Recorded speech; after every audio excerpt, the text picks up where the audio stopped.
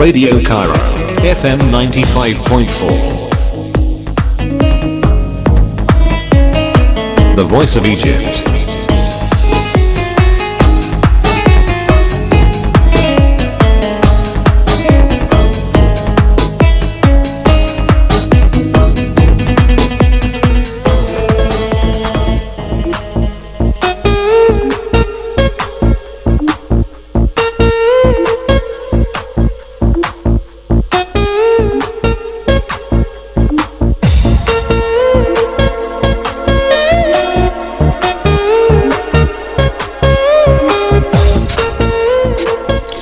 Everybody and welcome. This is World of Info and we're starting right away. Hello everybody and welcome. This is World of Info and we're starting right away. And today we have Mr. Mathias Fischer, first counselor at the Embassy of Germany in Egypt. We have Dr. Mabrouk, Professor of Plastic Surgery at Ain Shams University. Dua Muhammad at the controls. I'm Najla Naguib and we're with you until 5 o'clock. So stay with us. This is World of Info. Yes, hello, welcome back. Well, it's a great pleasure to have with us Mr. Mathias Fischer for the second time. The first time he came for us was last year. At that time he was serving as the economic counselor for the German embassy in Cairo. And now he is having a very interesting job that really would like to share with him thoughts, experience, hopes and motivations, which is that he is the regional coordinator for North Africa, refugees and migrants in the German embassy, but supervising the whole of the North Africa, including even up to Eritrea, right? So with a wide service and a very colorful, prestigious career in the German Foreign Service that extended from service in Portugal, Poland, Pakistan, Germany of course, and Spain, and now serving in Cairo in a different post but in the same embassy. Really it's very enlightening to talk with him and always to exchange with him thoughts and ideas, because we have to get to the reason why people do migrate. السلام عليكم. أشكرك على الدعوة اللطيف إلى راديو. Indeed, the migration is really a very important topic which will probably accompany us for the whole century. What we lived in Europe with the refugee crisis in 2015 and 2016 will be the start of a development that we have to face up to over the next decades. So there are probably three important topics that we would have to deal with in the future. Number one is combating the root causes. What are the causes? Why are people migrating? Why are people fleeing? What are the reasons for this? To find out about this and to help them, of course, with our development policies, with our economic enterprises. Number two is the question, of course, to get control on illegal migration, obvious. And number three is to to allow certain channels, well chosen and well selected, of legal migration. These are basically the 3 points that maybe we... This will definitely be the 3 pillars of our talk, but it's nice to have to talk about the 3 pillars of the foreign policy of the German government, whatever the type of the German government that's going to happen, I mean, because of the dilemma of the last elections. But when we talk about that, we have to say that just making a step ahead of the people mounting illegally into the boats. You are here and your colleagues and the German government is saying, let's find why people are migrating and let's help them by certain economic investment, by certain social support, by certain cultural support, to help them to stay in their countries, be active members and help in their countries. So we reach the most important question is, what makes people so desperate that they would ride into a wretched boat that carries a 50-50 chance to reach the other side of the Mediterranean, and also when reaching this they have another 50-50 chance that they will be confiscated by the authorities, the European authorities there, and sent back to their home country. So we can say honestly that maybe only 5% will reach their destination in Germany, only 2% will reach their destination illegally in Sweden, and a lot of them will end up in different places than what they really intended for. So why do they migrate? Why do they do this risky trip? Yes, absolutely. And there's still more people dying in the desert, which we do not know about. Yes. We know, of course, the death cases in the Mediterranean Sea more or less, but what is happening in the desert, for example, on the way from Niger to Libya, we don't know exactly what's happening. So it may still be worse. It is an extremely dangerous journey, and as you said, whoever somehow arrives can be sent back. Those who do not have a legal title of residence will normally be sent back from European countries. So this is, I think, the basis. What are the causes? First of all, economic, I would say. If you take, let's talk about my country. If you see young people in Germany today, we have the contrary problem. We do not have a population explosion. We have an aging society. So the number of inhabitants is not increasing. We were 80 million some 20 years ago. We are still 80 million. It's not changed a lot. Young people today, often, if they are well trained, they choose the employer. There's no unemployment for young people. Unemployment for young people is very, very small. Whoever has a good education, I see it with my daughter, who is a young doctor now.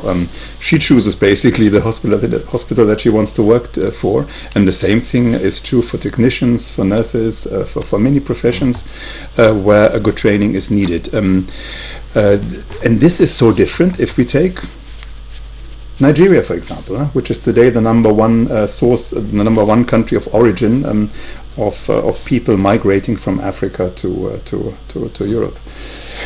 Economic problems, no perspectives for young people, no job prospects, unemployment. Ever more young people, demography, a topic we have to talk about. Nigeria has now 180 million inhabitants. It is counted to have in just 30 years, it's just one generation, when we both will be in retirement. In just 30 years, it is 350 million, almost 400 million people that is reckoned, that Nigeria is reckoned to have as inhabitants. Almost what we have, the inhabitants that we have in Europe. In Europe we have 500 million. The whole of Africa in 30 years will have 2.5 billion. 5 times of what Europe has now and what Europe will also have in 30 years, because our population is basically not changing. So demography is a very, very important question. There is simply not enough. There are simply not enough job opportunities and possibilities and economic prospects for so many people. This is it's a taboo topic. It's a very difficult topic because it has to do with culture, it has to do with traditions, it has to do with religion, also a very important religion. And on such a topic, if we do not get aboard also the religious authorities, be they Christian, be they Muslim, be they whatever, it's impossible to solve. The Egyptian government, the Egyptian president has done a very good initiative talking about this topic. I hope that many other countries would do the same, he has addressing a vision about this preventing the problem. illegal. Yes. And I think during his tenure in the past 4 years, he has been very much involved in combating illegal immigration, because you really don't know who's passing through your borders, whether he is coming in as a refugee in our country or taking our country as a station in the route, and what type of background he has. So it's important for security reasons, for health reasons, and for everything to have a crystal clear situation as regards illegal immigration. So I really am convinced with what you are saying to us about that. So how can Germany, which is a country of receiving a lot of immigrants and has done a great humanitarian job in 2015, but still overwhelmed by the population coming to its borders, how can Germany fight illegal immigration in the countries of production? For example, in Nigeria or any other countries in North Africa, where people are desperate to immigrate. Yes. What we are doing, we are certainly one of the countries that gives most development aid. The European Union is the number one donor worldwide, ahead of the United States, for example, and other countries. and Germany is the biggest, let's say, net contributor to the European Union funds. And we are also doing a lot of development cooperation bilaterally with the different countries, of course. Let me tell you that just with Egypt we have a portfolio which of course extends over various years of 1.6 billion. So it's quite an amount. With Tunisia we're doing a lot of course also with Sub-Sahara Africa. The needs of each country are of course different. Egypt is in a different level than, let's say, Nigeria. It's a completely different country. Realities are different, and things have to be adapted. It's always very important that, of course, each country is seen in its full reality. And let me come back there on cultural questions. I think this is also very important. We do not have only young men and women emigrating for economic reasons, but also for cultural reasons. We hear this in some countries. Traveling a little bit through North Africa, many young women, for example, who say that there's too much pressure on them. There's too much family pressure, too much society pressure. They are not able to choose the free life they would like to have, both, of course, in deciding who to marry as well as in deciding what to do professionally. You have many African countries, North African countries, where the formal employment rate of women is below 20%. In Europe it's 70 plus normally. This of course is also very important. Let me tell you once again about my country.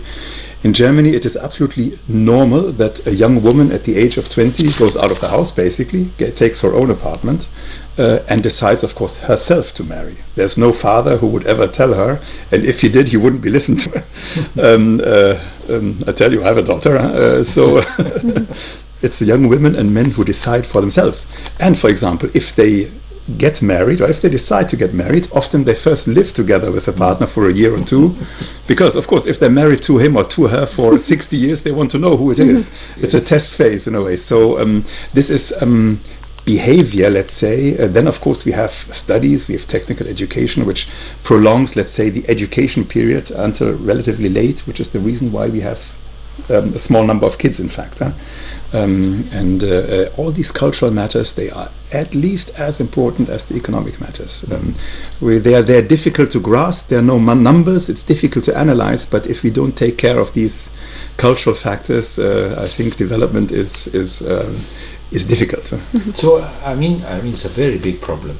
And with limited resources, even when we say that Germany and the whole of the European Union is wanting to invest money in preventing the illegal immigration through putting in economic aid, or to improve the general condition of the countries exporting illegal immigrants, still it is you find light in the end of the tunnel. I mean, do you think that these small amount of resources, whatever big they are, in big countries like Nigeria or other countries, with all due respect of course to Nigeria, will this be effective, or you need more to invest, for example, in media work or in cultural work, as you have mentioned? Or what should we do? I mean, it's a catch-22. What should we do? Yes. Let me give you one concrete example. For example, one of the main points of our development aid, of course, there's alternative energies and infrastructure, but one of the things where Germany is particularly strong at, and we discussed about this at our last radio transmission, is professional training. This is something, one of the reasons why we virtually have no youth unemployment is because of professional training. The youngsters are automatically channeled from school via technical training into the enterprises, and we have we are training here together with the Egyptian Ministry of Education and Labor some almost 50,000 youngsters in Egypt, and it's good training. It's good training which corresponds to the Egyptian education model, and it's training which also takes in a lot of German elements in the training. Still, many of the young women, once they are technicians, once they are electricians, once they are mechanics, once they are whatever trade they learned, stay home. So this is once again where culture enters. You can do a lot of training, you can do a lot of economic initiatives. At the end, culture has to play along. Behavior and traditions have to play along. I find our president, when he visited Germany, he was very much impressed, like all of us, with the German technology in education, as you have mentioned, especially in the sector of training of technicians and training of the the middleman, the man in the middle management, the man who is responsible for the technicalities of a huge industry. It's not necessarily to be an engineer. He might be just a polytechnic school graduate or whatever. And can we transfer this sort of training, as you have said, just mentioned, and in 50,000 trainees that we have in Egypt? Do you have more prospects? I mean, this from your background in the economic service. Do you have more prospect in investment more in this education?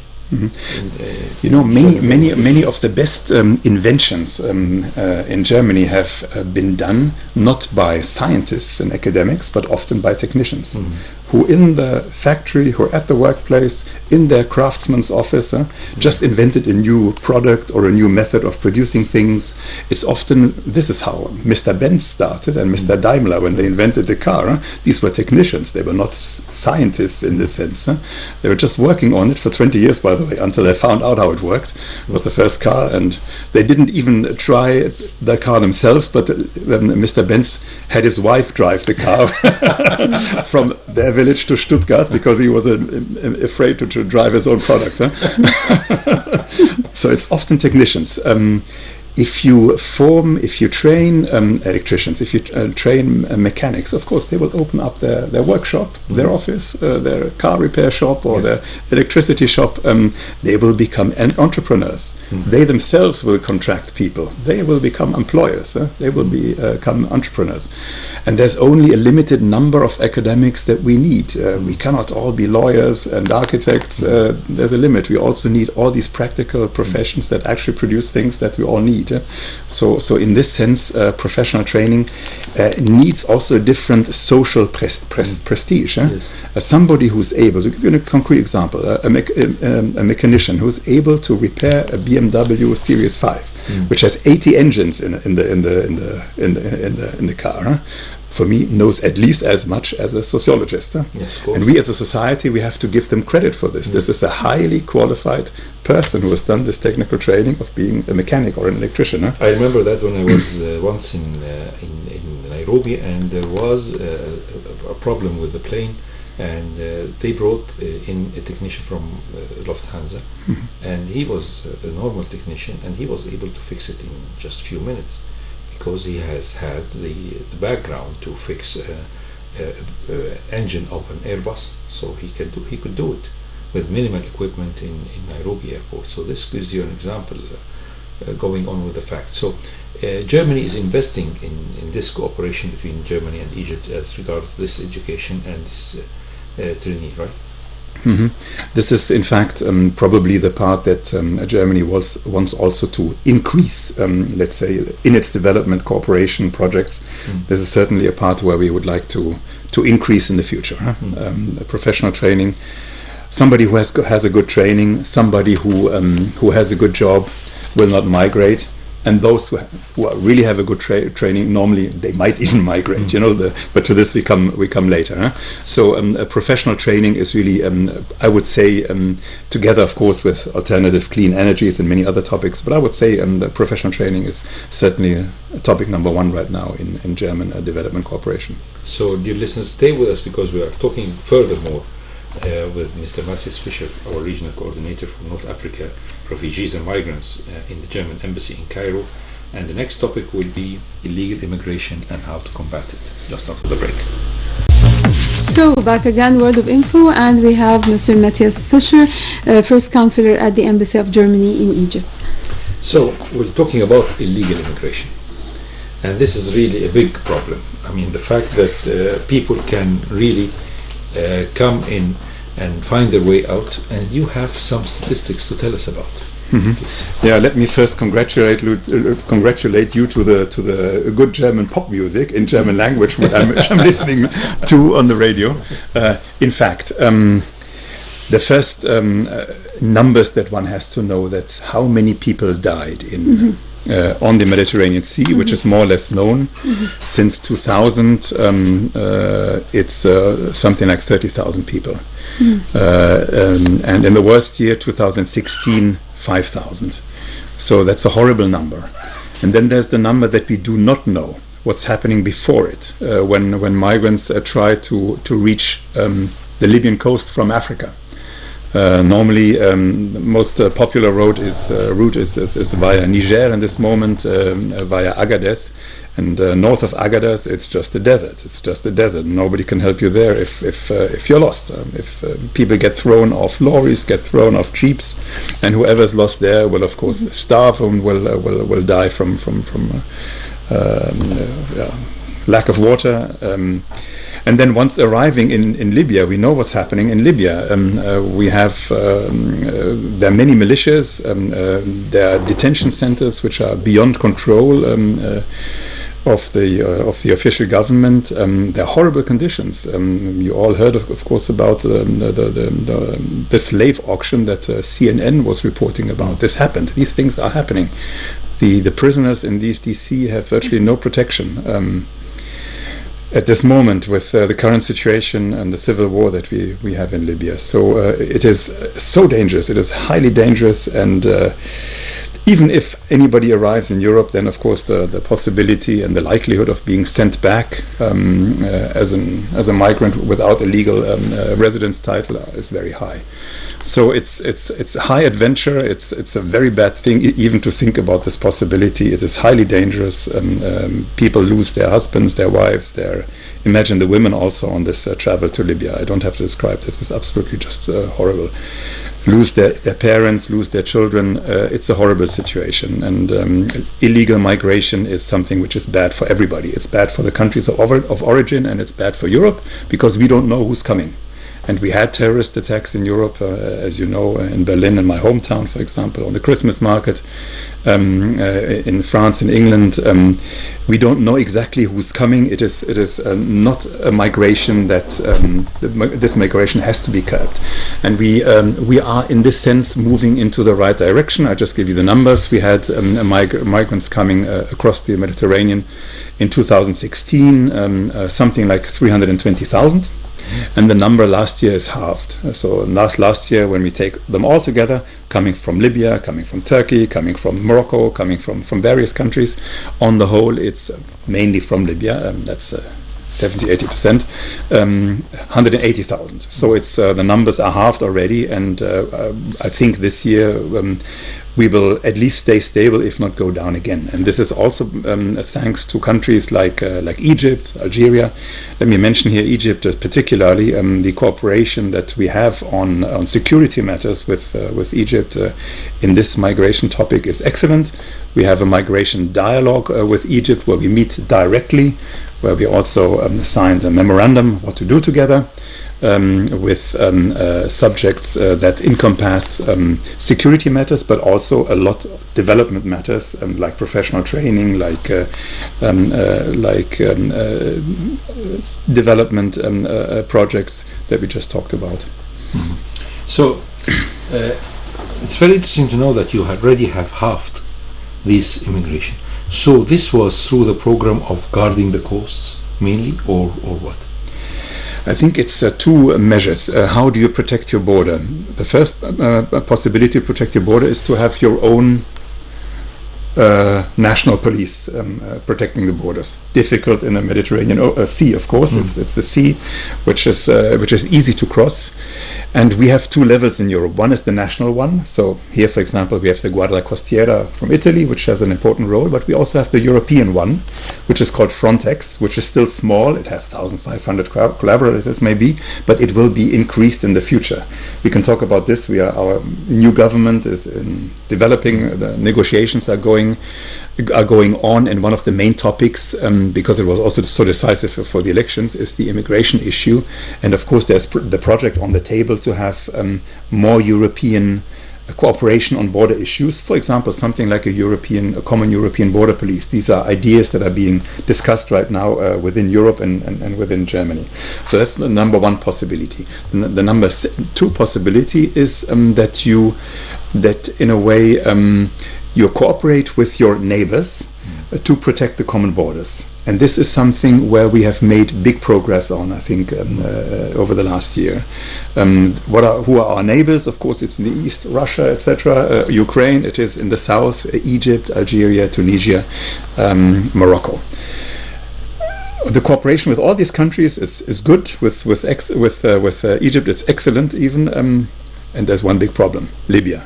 Libya, because it does not have a real effective central government. Exactly. We have the official government of Mr. Sarraj. We have Mr. Haftar, who's also important with a lot of territorial influence.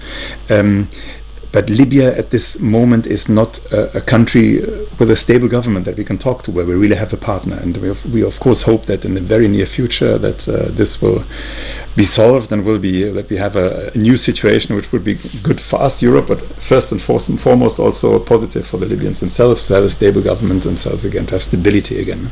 So before we went on air, you were telling me that it's not just the problem of, it's not your job, it's not just to prevent immigrants from coming per se, it's not just solving the problem of the countries that are exporting immigrants, but it's your job as well to facilitate and to allow and give a chance. I mean, of course, I mean when I say your job, I mean the job of the German government, not you in particular, of course. So it's the job of the German Foreign Service as well, is to facilitate the entrance and the immigration of the legal immigrants, yes. People who the German society and the German country is really in debt to, needs their expertise and their experience. So it's not a closed door, yet you have a legalized open door where you are welcoming people of experience to join your country and to join your citizenship. So after the break, we'll discuss what are the doors and how people can immigrate if they want, but legally, not illegally. Yes. Back again, Word of Info, and you can call us at 2578-9407. This is Word of Info. Very pop German song, right? Yes. even you didn't recognize it. Did you recognize them? No. Well, still we are here with Mr. Mathias Fischer from the German Embassy, the first counselor, and with who is the regional coordinator North Africa, refugees and migrants. And we'll talk about the open door policy of the German government to allow in experienced people from all over the world to be citizens of Germany and helping their society to get more fresh breeze aware, as we may use the expression. Yeah. Exactly. Let me just give you a brief introduction. We are a country which, after the Second World War, opened a lot towards immigration. In the 50s and the 60s, we got a lot of Southern Europeans, Italians, Spaniards, Portuguese, Greeks. Today, life in Germany would be unimaginable without the pizzeria around the corner. So they are part of our society for a long time.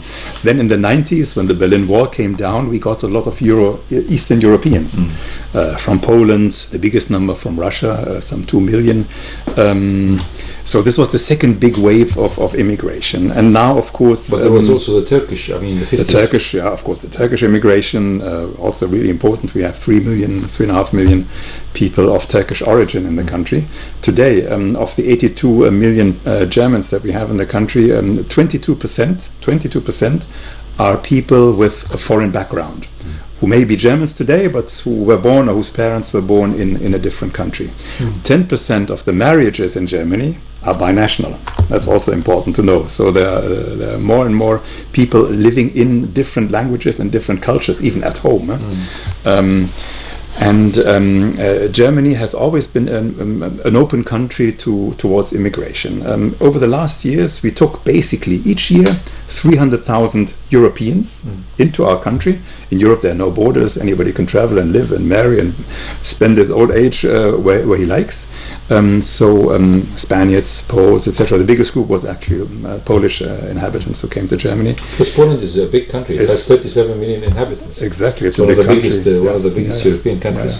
Yeah. It's close, often good language knowledge. That's also important, of course. In Germany, English is not sufficient.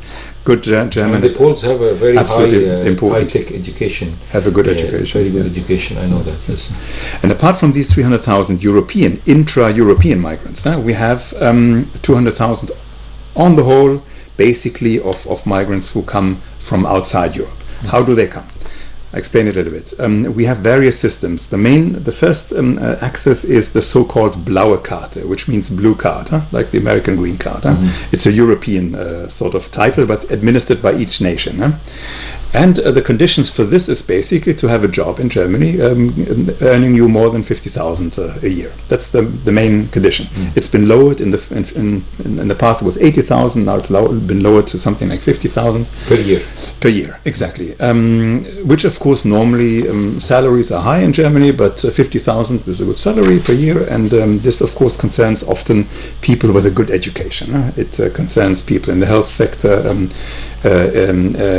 Technicians, engineers, etc. For them, basically, this is the main condition. Then, of course, to learn the language. That is always necessary. And let me tell you, we have many Egyptian engineers at the Goethe Institute right now studying hard German vocabulary and grammar. Very well done. Then we have, and I explain the reason why. We have lists of jobs where we have a lack of. I tell you some of these jobs. It's, for example, engineers again. It is doctors. It is nurses. It is also the technical professions. They are put on a par with doctors and engineers. It's certain technical professions in the mechanic field, in the electric field. So we have, and the reason for this is very simple. We have right now 800,000, which is almost 1 million, vacant jobs. Jobs that cannot be filled. Even with the foreigners inside the country. Exactly. Even with the Europeans, 22%. Even with the foreigners and with the Europeans that can freely travel to Germany. So there is an economic need in a way to replenish our economy with these well-trained specialists. You have cases of German firms who could sell so many products, but they simply cannot do it because they don't have enough people to do it. We have the old age retirement age has been heightened to 67 years because we get older and older, because the firms need the older people. They create special working conditions for older people, working less hours in a more agreeable, more pleasant environment, for example, working instead of 40, maybe 25 hours only, in order to attract the over 60 years old back to their jobs, or to keep them in their jobs. So we have the contrary problem in a way to Egypt. We have a lack of highly specialized people that we need. What do these people need? Of course, they need equivalence of their exams, which is checked by the authorities in Germany. They need also, once again, a basic or a good amount of knowledge of the German language, a intermediate amount of German language. These are the conditions, and as I said, we had 200,000 each year on the whole coming to Germany in the last 10 years. And still 800,000 jobs are not yet occupied. Exactly. Let me tell you that this is a very recent news now. We have the coalition talks and the treaty that the two big parties, the Angela Merkel's Christian Democrats and the Social Democrats, of Andrea Nahles. We have two women here, one head of government, the other head of the opposition in a way. They negotiated a treaty which is now has been put to the members of the parties. The Social Democrats will vote this Sunday if they want this coalition, if they want this government. And the chapter on migration, you will find two interesting things. You find, number one, that the number of 200,000, more or less, it's not fixed, it's written 180 to 220,000 basically, is an orientation for immigration outside Europe to Germany. And number two, you find also the idea of having an immigration law. But this is still being discussed. It's not yet law. It's still only the coalition treaty. But the three parties that are doing this coalition want to create this, where you would also have a point system. As in Canada in a way, where, for example, also, let's say, the political scientist who's not on the list of these professions where we are lacking people of, would also stand a chance if his German is very advanced, if he meets another, or she, of course there will be parity, there will be also equal conditions for women, of course, if the candidates meet certain criteria. This is, I think, a fascinating new idea, which I'm sure will be discussed very, very intensely over the next year, this possible new immigration law. So this will make things more or less rigid. Yeah. With more leniency. For example, like you have given us the example, in the system you don't fit in a political scientist, but you will take him in if he speaks good German, or if he has had publications in this field, or he has done some translation between German and English or German and Arabic. So he has a place under the sun. Because I was reading, as I told you, about that after off-going air, before we went on air, about, for example, the American system, which allows in a lot of people to come in with the green card. Which has sometimes a lottery thing in it, or has sometimes that goes with getting back family members, or getting married to somebody of the citizenship of the countries, or whatever. This makes America more attractive than, for example, Germany. Is it because the barrier of the language, or is it because the fact that when you are going to the United States of America, it's a sort of a mixed heritage, and it's a country of immigrants, so they're not only pure white race, they're not only 100% or 80% like in Germany, Caucasians. There you have a lot of races and mixed races. What do you think the difference? I mean? Yes, you're absolutely right. The language plays a role. No? The German language, of course, is a Germanic language, like English, like Swedish, like Dutch, like Norwegian, but it is still difficult to learn. It needs an effort. To learn a language, I'm just learning Arabic, it takes you 2 or 3 years to get a sound basis of it, at least. And this, of course, is an impediment. English, of course, is general knowledge, is much easier in this sense. On the other side, there are aspects where the German system is more liberal than the American system. For example, if you do a German school, wherever in the world, also in Cairo, you have equal access as Germans and Europeans to German universities on equal conditions. And once you finish your university studies, like you, for example, finished medicine, you can work in Germany. Actually, you can work. If you find a job within 1 year after your university diploma, you can stay. This is, for example, something that the Americans and the English do not have. Because we think if we already invested so much into these young people in German schools, in German universities, they can also stay a couple of years and contribute to our economy. This is, for example, one point where our system is much more liberal than the American system. But you're right, the language is a problem. As for racism, I don't think so. The thing is rather... as I said, we have 22% of Germans of foreign origin, which so we are a mixed society. And you go through Berlin, Frankfurt, München, you find all colors and religions. I noticed that in Berlin, yes, in particular. The difference between, this is once again a cultural thing. I think that in America it's more living side by side. In Germany it's really living together with one another. It's really living together. In a way that, for example, in Germany, you're a little bit supposed, there's also social pressure, of course. You're supposed to participate in things. For example, we love associations, to be in a football association or in a choir or in a music association or a handball association.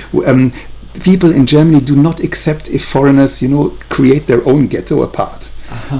Once very nice to once they go into a football club, for example, they will have friends. They will help somebody who helps find them an apartment. Somebody will help find them a job. So basically, this association culture.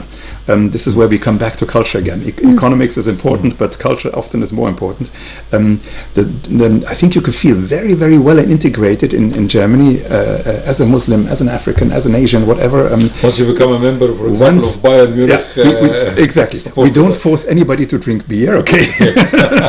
Nobody has to drink beer, but to participate in things, in whatever association it is. This is basically the entrance ticket to German society. So the association, by meaning you're not a member of the club, but you're just going to the football matches and you're cheering this team and you become obsessed with them. So people tend to consider you one of the gang, right? Or one of the not the gang, I mean one of the members of the club, even though you're not holding the card of the club, but still you're a supporter and a fan.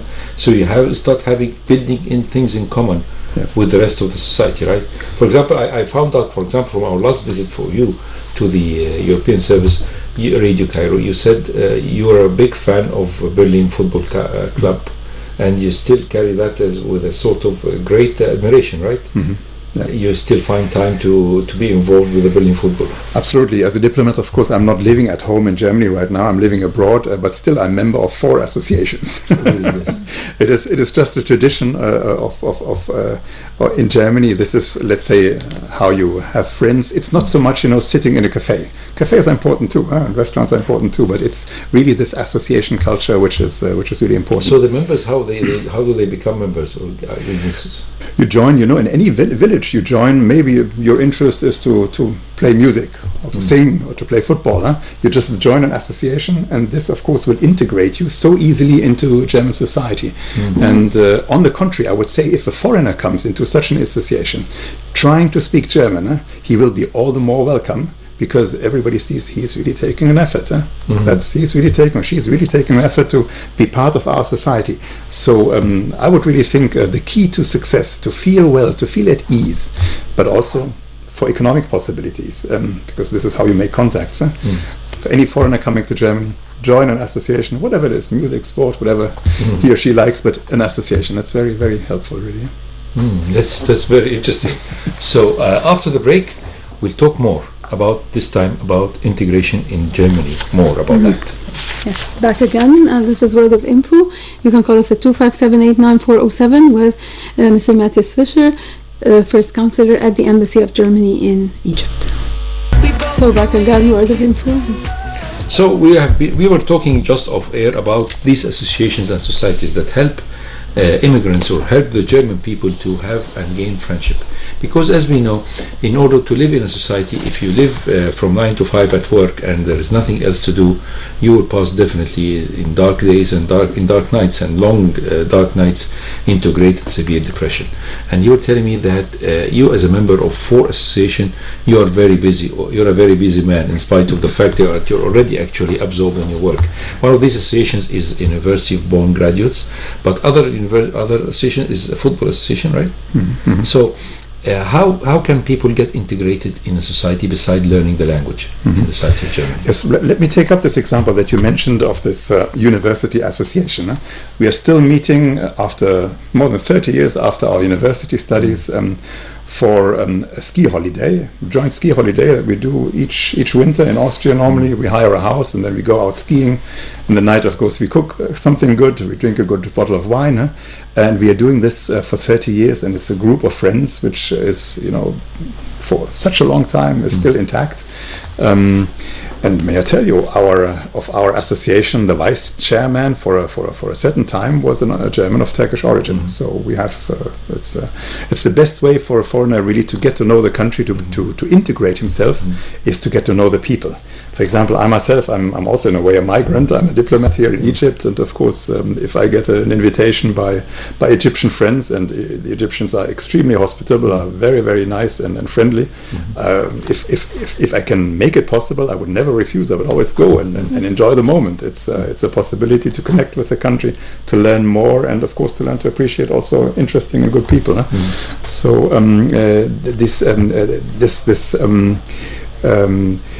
one has to imagine often the Germans have a little bit the reputation in Egypt and other countries to be a little bit reserved and cold. But imagine, just go to a carnival. I'm coming from the Rhineland, to a carnival in Cologne or in Mainz. It's incredible how people are celebrating and disguising themselves and dressing up in various clothes. It's having fun. Or go to a Christmas market before Christmas. All the lights and the good drinks and the good food and the cakes, whatever. Not so good for the cholesterol. Talking to a doctor, but it's really where you see that Germans really enjoy their lives. We do things pretty thoroughly. We work thoroughly, but we also party thoroughly. So both things are done intensely. And the best way to do it is to join an association, in fact, to have this connection, to get to know people, because these people will then also, once they make friends, they will, for a German, the word Freund, which is friend, Freund, means something. You don't have thousands of friends or hundreds of friends. You normally have maybe a handful or 2 handsful, not more. It's really the people that would appear at your hospital bed when you're ill, who would help you when you're in a bad situation. So the word Freund, Freundin, is really a very important word for Germans. And I think the best way to earn friends, to have friends, is one of these associations. And once a German considers somebody a Freund or a Freundin, it's really a Freund. This is really something that is valued very, very high. The first contact may be difficult, maybe a little reserved, but once it is there, I think it's a very reliable contact. It's here to stay. Right. Exactly. Thank you very much for enlightening us, because we've been to Germany quite a few times, but always we are hit and run, just 5 or 7 days, or even staying for a short period for once or something for whatever, but not knowing the real friend. Or not really understanding how people are mingling around. You have given us a lot of enlightenment about this, and talking about immigration and talking about legal immigration to Germany is really, I hopefully have enlightened a lot of our listeners about how to live and how to work in Germany if you want, and how to stay put in Egypt, and Germany is going to try to help us as that in promoting the small enterprises. Mr. Mathias Fischer, the Regional Coordinator of North Africa for Refugees and Migrants and the First Counsellor of the German Embassy in Cairo, really enjoyed very much your company, and really it was great chance, and thank you very much for accepting our invitation, and you promise us to come back again, please, for our Radio Cairo. Thanks a lot. Shukran jazilan. Thank you. And by this we come to the end of Word of Info with Mr. Mathias Fischer, First Counselor of the Embassy of Germany in Egypt, Dr. Amr Mabrouk, Professor of Plastic Surgery at Ain Shams University, Dua Muhammad at the controls. I'm Najla Naguib. See you next Thursday, same time, same station, FM 95.4.